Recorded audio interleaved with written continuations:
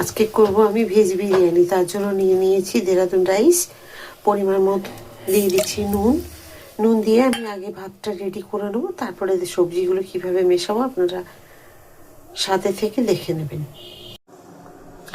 এখানে নিচ্ছি 1.5 ইঞ্চি আদা, 1.5 চামচ জিরে আর দুটো ছোটো টমেটো। এখানে আমি মশলা নিয়েছি বিরিয়ানির জন্য: কালো গোলমরিচ, সাদা গোলমরিচ, শুকনো লঙ্কা, জায়ফল, তেজপাতা, লবঙ্গ, এলাচ, দারচিনি। এগুলোকে সমস্ত কিছু আমি একটু শুকনো ভেজে নিয়ে এগুলোকে গুঁড়ো করব। আমি পনিরগুলোকে একটু কর্নফ্লাওয়ার দিয়ে ভালো করে মাখিয়ে এগুলোকে ভেজে নেব। অল্প নুন দিয়েছি।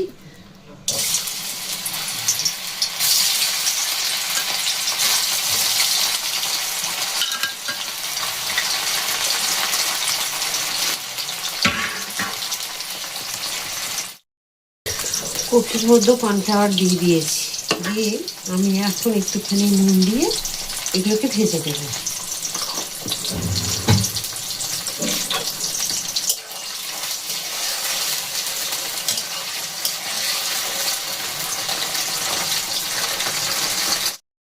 পনিরগুলো ভাজা হয়ে গেছে, আমি তুলে নিচ্ছি।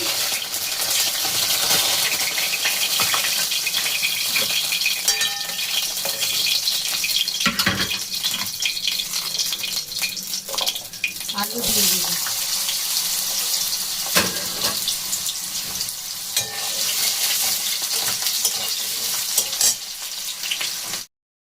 আলুগুলো ভাজা হয়ে গেছে, আমার আলুগুলো তুলে নেবো।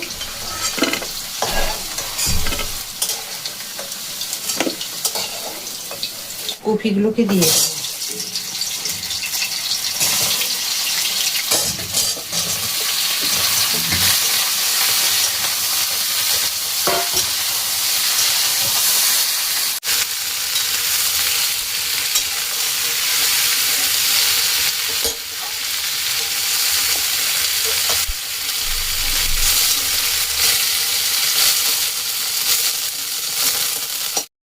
এখানে দিয়ে দেবো একটু সাদা জিরে,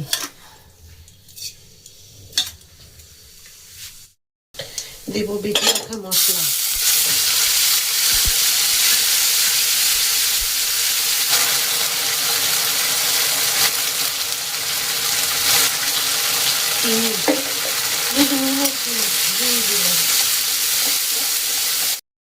দিয়ে দেবো কতগুলো মটরশুঁটি। এই মুহূর্তে দিতে হবে, তাহলে খুব ভালো মতো খেতে হবে। আগে দিলে কিন্তু এগুলো ভেঙে যাবে মটরশুঁটিগুলো, সেই কারণে একটু দেরি করে দিতে হবে।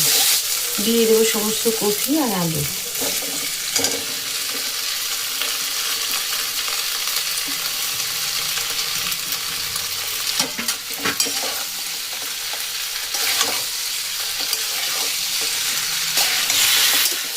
এইভাবে কষিয়ে নেবো। নেওয়ার পরে যে মশলা ধোয়া বাটিতে একটু জল আছে, সেই জল আমি একটুখানি কফির মধ্যে দিয়ে 5 মিনিট একদম লো ফ্লেমে ঢেকে দেবো। এমনিতে কফিগুলো মোটামুটি সেদ্ধ হয়ে যাবে, আর আলুতে ভাজতে ভাজতেই সেদ্ধ হয়ে গেছে, সেই কারণে খুব বেশি সময় কিন্তু এগুলো রাখার দরকার নেই। এই সামান্য একটুখানি জল দেখুন মশলা ধোয়া, সেটুকুনি আমি দিয়ে দিলাম। 5 মিনিট লো ফ্লেমে ঢাকা দিয়ে দিলাম।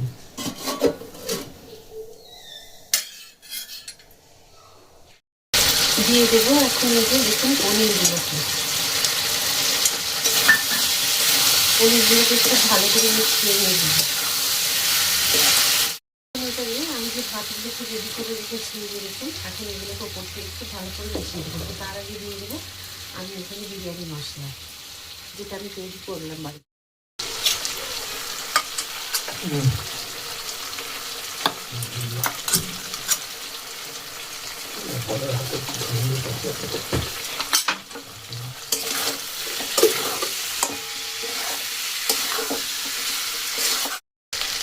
দেবো আমি কেওড়া জল,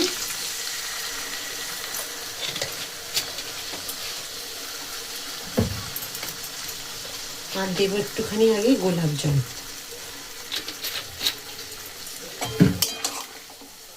দেখুন এখন এইভাবে খুব সুন্দর করে ওগুলোকে মাখিয়ে নিচ্ছি। আর আমি রান্না যে করলাম, যে সাদা রিফাইন তেল আর দিয়েছি সর্ষের তেল, দুটোকে হাফ হাফ দিয়ে রান্নাটা করেছি।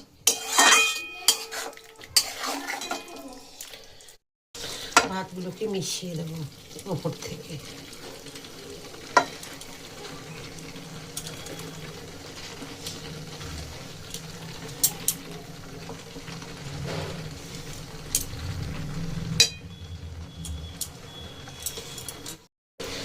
এখন দিয়ে দেবো আমি ওপর থেকে ঘি, একটু গলিয়ে দেবেন ভালো হবে।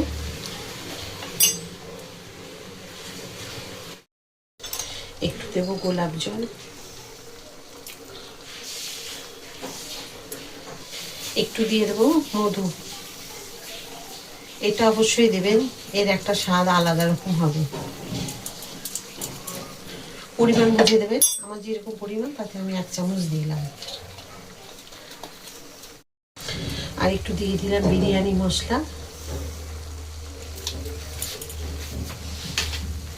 এখানে আমি একটুখানি কেশর ভিজিয়ে রেখেছি, তার সাথে দিয়েছি একটু অরেঞ্জ ফুড কালার।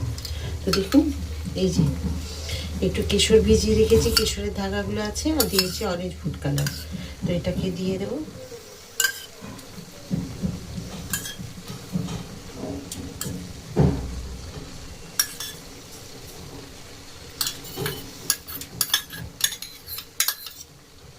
এখানে একটা দেখুন ননস্টিকের ফ্রাই প্যান বসিয়ে দিলাম, এটার উপরে বসিয়ে দেবো।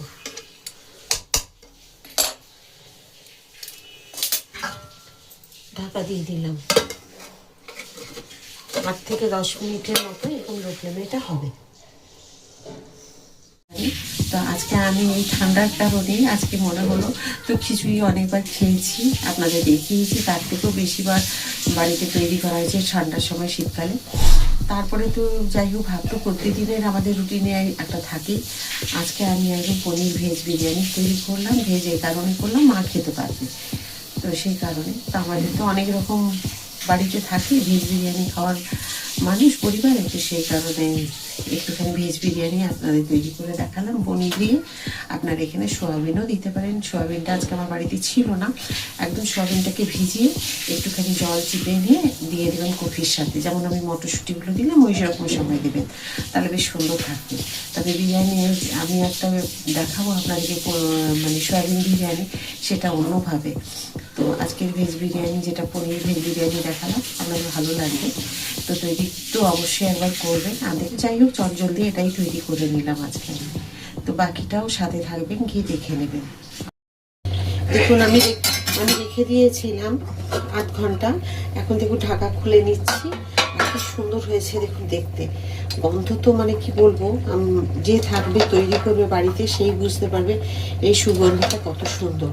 তো এইভাবে দেখুন আমি উল্টেও নিচ্ছি, মনেই হচ্ছে না এটা মানে ভেজ বিরিয়ানি বলতে। আমি দেখুন থালাতে সাজিয়ে দেখিয়ে দিচ্ছি একটু। এই দেখুন কি দারুণ লাগছে দেখতে, বিশ্বাস করুন, মানে অসাধারণ, মনে হচ্ছে না যে এটা ভেজ বিরিয়ানি।